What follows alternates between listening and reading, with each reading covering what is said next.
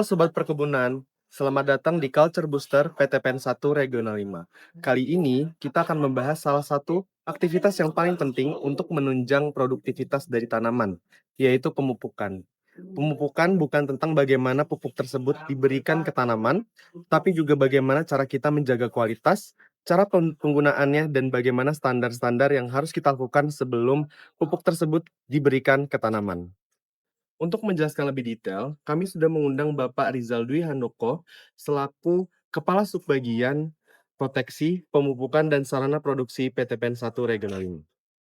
Halo semuanya, perkenalkan saya Rizal Dwi Handoko selaku Kasubag Proteksi Pemupukan dan Saprodi Bagian Tanaman dan Teknik Pengolahan PTPN 1 Regional 5. Pada kesempatan kali ini nanti saya akan menjelaskan secara singkat terkait dengan peran kami dalam proses proteksi, pemupukan, dan saprodi di lingkup PTPN 1 Regional 5.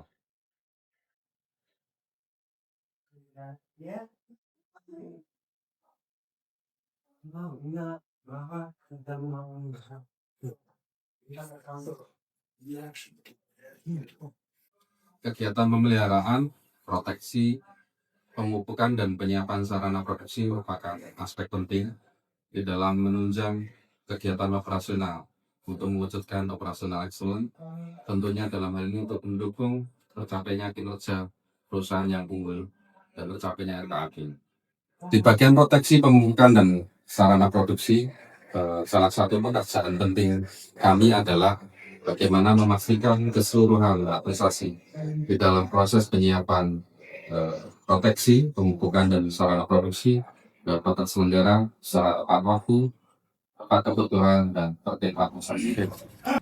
Pada kesempatan kali ini, saya akan menjelaskan sekilas tentang peran penting bagian subbagian proteksi, pemupukan, dan saprodi dalam hal penyiapan kebutuhan pupuk untuk memenuhi kebutuhan unsur hara dan nutrisi bagi tanaman yang hal ini untuk mendukung pertumbuhan tanaman yang maksimal, kinerja produktivitas dan produksi yang unggul sejalan dengan RKAB atau kinerja perusahaan.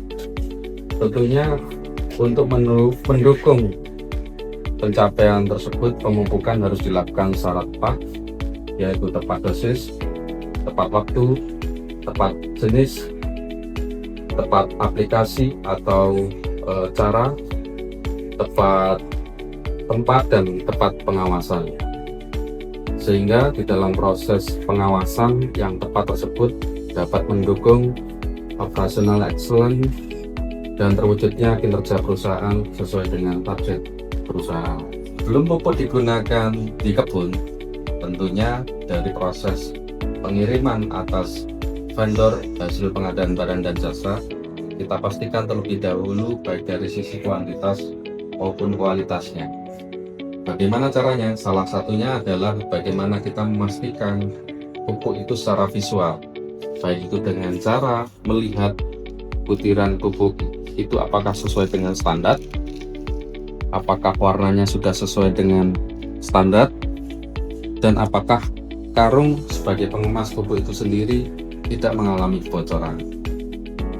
Yang kedua, tentunya pupuk harus dilakukan pengambilan sampel atau secara representatif sesuai dengan standar SNI yang selanjutnya akan kita lakukan uji ke laboratorium independen untuk mendapatkan apakah pupuk tersebut layak untuk dipakai dan sekaligus layak untuk dibayar.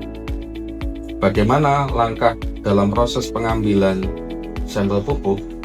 Tentunya di dalam pengambilan sampel pupuk harus kita lakukan secara sampling, dan atas pupuk yang sudah diambil kita lakukan proses namanya quartering, di mana dari beberapa sampel karung yang kita ambil dari lapisan atas, tengah, bawah, dari masing-masing sampelnya kita jadikan satu dan kita lakukan quartering, artinya kita jadikan menjadi 4 bagian.